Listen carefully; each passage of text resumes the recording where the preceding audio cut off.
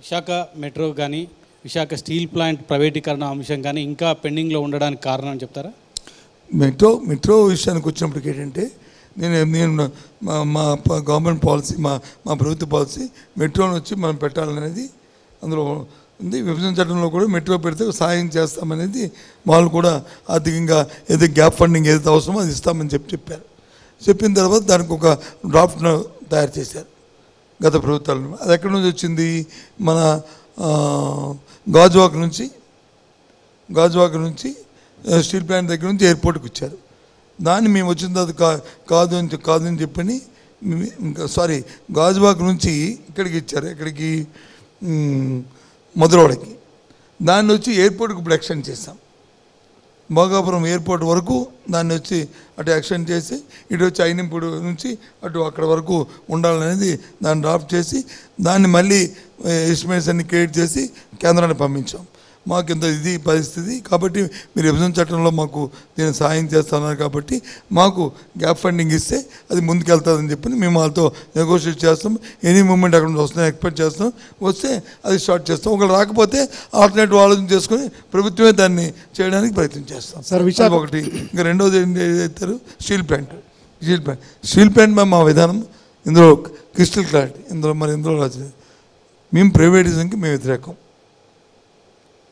మా ముఖ్యమంత్రి గారు ప్రధానమంత్రి ఉంటున్న వేదిక మీదే చెప్పారు. దాంతోపాటు లేఖలు కూడా రాసాం. ఇప్పుడు కూడా మేము దానికి వ్యతిరేకం. అందులో ఇంకా రాజీ లేదు. కానీ దురదృష్టం ఏంటంటే ఇవాళ కూటమి ఏదైతే ఉందో వాళ్ళు దాని గురించి మాట్లాడలే. కూటమి చెప్పాలి కదా.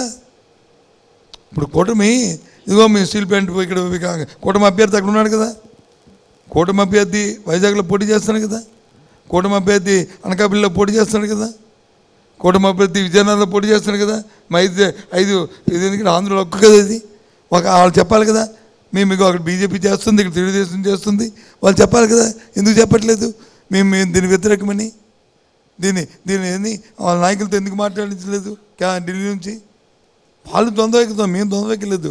మాది క్లారిటీతో ఉంది. మేము అడుగుతున్నాం వాళ్ళని, మీరు దీని మీద క్లారిటీగా చెప్తే తప్ప మీరు వచ్చి ప్రజలు వచ్చి వీళ్ళని హర్షించడం వీల్లేదని మేము కరాఖండిగా చెప్తున్నాం. కానీ మీ వైపు నుంచి గట్టి ప్రయత్నం జరగలేదని మీరు తలుచుకుంటే ఆగిపోయేదని. కాదు, గట్టి ప్రయత్నం నాకు తెలియదు.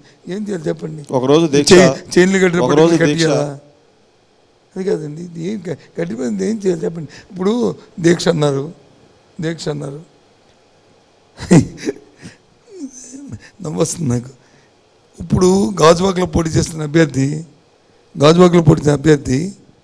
ఏంటి ప్రతి దీక్షను పాల్గొన్నాడు. ఇప్పుడు మరి కూటమి అభ్యర్థిగా పోటీ చేస్తాడు. ఎందుకు చేయాలి? ఆయన చెప్పాలి కదా. అయిపోయిందా? ఇంకోటి చెప్తాను చూడండి. రాజకీయం అంత జోక్యం తయారయ్యామంటే ప్రజలు వచ్చి అమాయకులు అనుకుంటున్నారు.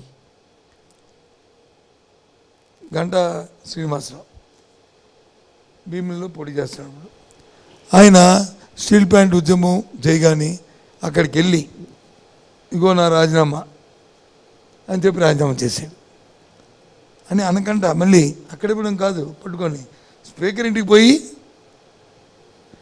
ఇక్కడ అహ్మదాబాద్ పోయి స్పీకర్కి స్వయాన్న ఆయన చేతితో అందించాడు.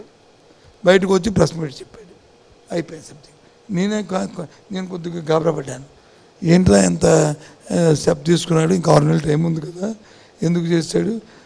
సరే 6 నెలలు చేశాడా లేకపోతే త్యాగం చేద్దామని చేశాడా అని చెప్పి కొద్దిగా నాలుగు వాడికే కొద్దిగా కన్ఫ్యూజ్ వచ్చింది. చూశాను. తర్వాత రాజ్యసభ ఎలక్షన్ వచ్చింది. కోర్టుకు వెళ్ళి నా స్పీకర్ వచ్చింది ఆమోదిస్తే కోర్టుకు వెళ్ళి ఆమోదించొద్దని కోర్టుకు వెళ్తాడు. నువ్వు ఇచ్చేసిన నువ్వు స్టీల్ ప్లాంట్ గురించి ఇచ్చినప్పుడు త్యాగం చేసినప్పుడు ఈ కాగితాన్ని నువ్వెందుకు కోర్టుకు వెళ్ళాలా? అంటే అది ఫార్స్ కదా. అది నీకు అదొక ఫార్స్ కదా. అది ప్రజలు మోసం చేయడం కదా, చీట్ చేయడం కదా. ఆయన అవసరానికి ఆయన ఇచ్చాడు, మీ అవసరానికి మీరు యాక్సెప్ట్ చేశారు కదా. యాక్సెప్ట్ చేస్తాం అంటుంది. మనం ఒక దగ్గర మనం 10 రూపాయలు ఒకటికి ఇచ్చేసామండి, ఓ దానం చేస్తామండి, లేకపోతే ఒకరికి వచ్చి ఇచ్చామండి, అయిపోయింది ఇంకా సబ్జెక్టు. రైట్. ఇంకా దాని గురించి ఇంకేంటి?